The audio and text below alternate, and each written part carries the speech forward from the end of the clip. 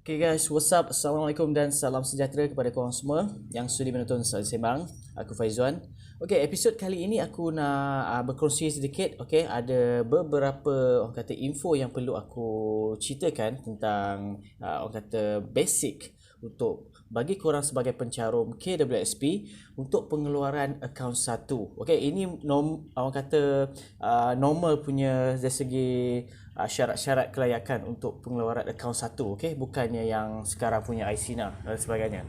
Okey, sebab apa ada sedikit info-info yang bukan berkaitan dengan sebagai kesemua pencarum yang betul-betul memerlukan untuk mengeluarkan akaun satu ni ada boleh aku kongsikan melalui topik kali inilah, okey, untuk pengetahuan korang.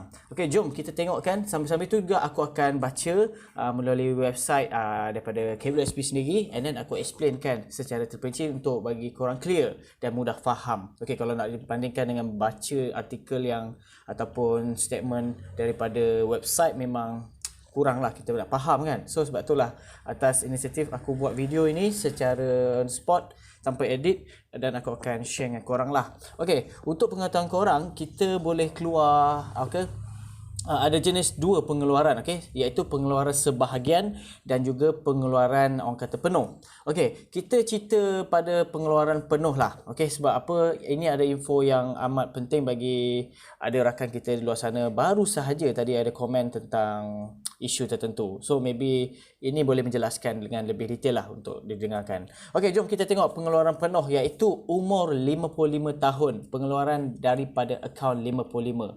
Okey, jom kita tengok apakah yang dimaksudkan. Okey, apabila mencapai umur 55 tahun, caruman yang diterima ke dalam akaun 1 dan akaun 2, okey, akan digabungkan ke dalam akaun 55. Okey, anda boleh mengeluarkan kesemua atau sebahagian daripada simpanan daripada akaun ini bila-bila masa. Okey, bila dah mencapai 55 tahun, maka dia tak ada lagi dah gabungan akaun 1, akaun 2. Dia akan jadi gabung satu lagi akaun baru yang dipanggil akaun 55. Okey, sekiranya anda memilih untuk terus bekerja selepas umur 55 tahun, caruman yang diterima selepas itu akan dikreditkan ke dalam akaun emas yang hanya boleh dikeluarkan apabila anda mencapai umur 60 tahun. Ini bermaksud jikalah, okey, umur korang 55 tahun ini ada certain kata industri yang tak ada orang kata pencen dan sebagainya, dan macam dia layak untuk diteruskan bekerja umur 55 tahun ke atas, maka diorang akan digantikan pula dengan akaun emas. Okey, yang mana mereka ni tidak boleh orang kata dah tak ada dah, okey, akaun 1, akaun 2 dah. So dia fokus pada akaun emas dan dia layak boleh dikeluarkan duit tu pada umur 60 tahun pula. Aduh. Okey. So itu sedikit sebanyak tentang akaun 55. Okey, syarat yang pertama. Kita tengok syarat yang kedua, umur 60 tahun. Pengeluaran daripada akaun 55 dan akaun emas. Okey. Yang mana aku cakap tadi, okey, bagi korang yang teruskan kerja, bagi sesiapa yang berumur 55 tahun ke atas, maka mereka boleh keluarkan okey pengeluaran penuh bermula start umur 60 tahun. Okey, kita tengok yang ketiga pula, pekerja berpencen dan pesara pilihan. Okey, ahli yang berkhidmat di sektor awam berstatus pekerja berpencen. Ini kita tahulah bagi sesiapa di luar sana yang bekerja sebagai ataupun kerja dengan kerajaan, maka diorang tak adalah istilah menggunakan KWSP ni, diorang terus ambil pencen dan sebagainya lah. Okey. Dan seterusnya, hilang upaya. Hilang upaya secara fizikal ataupun mental. Jom kita bacakan sedikit dia punya info. Okey, ini pengeluaran hilang upaya. Kami membolehkan anda mengeluarkan semua simpanan KWSP jika keadaan keupayaan fizikal atau mental terjejas. Okey, sehingga menghalang anda untuk bekerja. Bagi ahli layak, anda akan menerima RM5,000 sebagai bantuan hilang upaya untuk meringankan beban anda. Okey, so maksud di sini korang akan dapat dari segi korang punya simpanan, Okay, and then layak untuk mengeluarkan semua simpanan akaun korang. Okay, maksudnya simpanan penuh lah, dan akan layak juga menerima 5,000 sebagai bantuan hilang upaya. Okay, tambahan lagi. Okay, nak tengok apakah siapa yang layak memohon. Warga negara dan bukan warga negara. Okay, yang kedua di bawah umur 60 tahun. Okay, yang seterusnya anda ada simpanan di dalam KWSP dan tidak bekerja, disahkan oleh pegawai perubatan, telah hilang upaya fizikal ataupun mental. Okey, dan yang terakhir mesti dinilai oleh lembaga perubatan KWSP. Temujanji penilaian oleh lembaga perubatan KWSP akan ditetapkan ketika penyerahan permohonan di kaunter. Okey, itu sedikit sebanyak. Okey, jom kita tengok seterusnya. Okey, pengeluaran penuh meninggalkan negara. So maksudnya warga negara ataupun penduduk tetap ataupun bukan warga negara yang dah tak bekerja pun, tak ada related dengan kata bekerja di Malaysia, maka korang layak untuk mengeluarkan ke semua KWSP korang. Okey, kalau di sini ditulis ahli yang telah melepaskan atau melucutkan taraf kewarganegaraan Malaysia, okey, untuk berhijrah ke negara lain, atau expatriate, okey, yang maksud penduduk tetap ataupun pekerja asing yang kembali ke negara asal boleh memilih untuk mengeluarkan kesemua simpanannya di KWSP.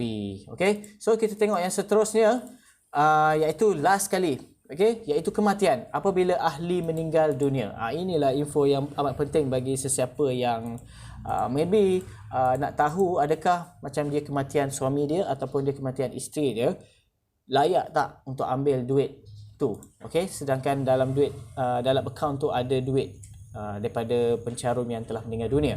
So jom kita tengok kan. Sekiranya anda meninggal dunia, simpanan KWSP anda merupakan jaminan kepada orang-orang tersayang anda dan akan dapat membantu meringankan beban kewangan serta menampung perbelanjaan pengurusan pengebumian. Okey, kami menggalakkan anda membuat penamaan bagi membolehkan waris terdekat anda mengeluarkan simpanan KWSP tanpa sebarang kesulitan. Ahli keluarga yang di bawah tanggungan anda juga akan dipertimbangkan untuk menerima satu bayaran bantuan kematian bagi membantu mereka dalam waktu kesulitan. So kalau kat tengok kat sini kan, perlulah okey bagi suami ataupun si isteri juga sediakan, kalau ialah percaya masing-masing, okey, suami isteri dalam rumah tangga, isilah penama, okey, jika tidak menyulitkan keadaan untuk kemudian hari nantilah. Okey, kita tahulah, kita pun tak tahu sebenarnya, okey, bila kita mati, dan kita pun yalah nanti akan menyusahkan, okey, orang yang kata yang rapat dengan kita untuk menanggung segala beban kewangan ketika nanti kita dah tak ada nanti. Okey, jom kita tengok sedikit sebanyak aku boleh kongsikan dengan korang. Okey, apa yang korang perlukan, okey, sebab untuk mengklaim benda ni. Okey, tengok dokumen. Borang KWSP 9km AHL dan senarai semak dokumen. Yang kedua, maklumat akaun bank, simpanan ataupun akaun semasa, surat pengesahan maklumat pemegang akaun daripada bank, harta pusaka dan sebagainya. Dokumen bukti pertalian, okey, yang dimaksudkan CJ daftar kahwin, CJ akaun sumpah kahwin dan sebagainya. Dan seterusnya surat kuasa, surat pentadbiran mahkamah, okey, institusi keperundangan, amanah raya, berhad dan sebagainya. Dan seterusnya salinan dokumen pengenalan diri pemohon bersama salinan asal untuk tujuan pengesahan. Okay, seterusnya salinan dokumen sijil kelahiran pemohon bersama salinan asal untuk tujuan pengesahan jika perlu. Seterusnya sijil kematian atau sijil kematian penama jika penama telah meninggal dunia. Seterusnya sijil kelahiran ahli jika ahli belum berkahwin ataupun sijil perkahwinan jika ahli telah berkahwin ataupun surat penceraian ahli, bukti pertalian dengan pemohon jika ahli sudah bercerai, dan banyak lagi yang mana korang boleh baca. Aku ada sediakan ruang description di bawah untuk korang baca dengan lebih detail lagi lah menerusi website daripada KWSP tentang pengeluaran daripada orang kata syarat-syarat pengeluaran bagi sesiapa ahli keluarga yang telah meninggal dunia.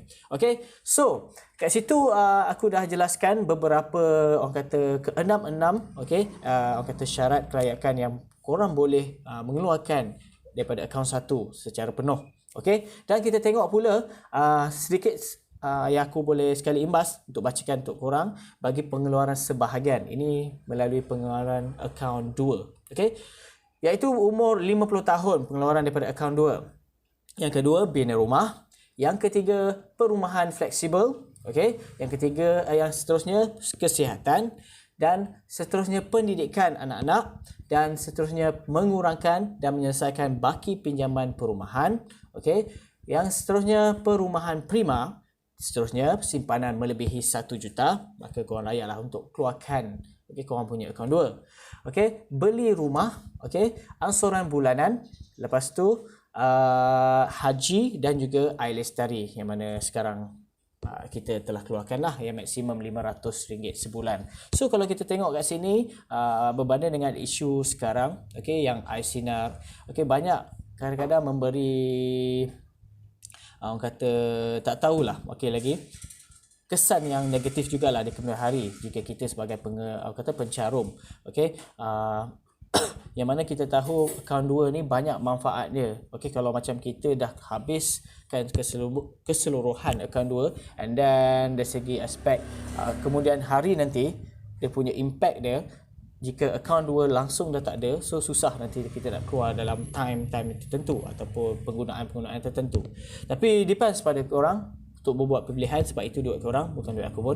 Okey, diharap sedikit sebanyak boleh memudahkan urusan korang lah nanti, insyaAllah. So, terima kasih guys kerana sudi menonton Saja Sembang channel aku. Jangan lupa bagi korang yang belum subscribe lagi, please subscribe channel aku Saja Sembang, dan jangan lupa share dan like video ini. Aku Faizan.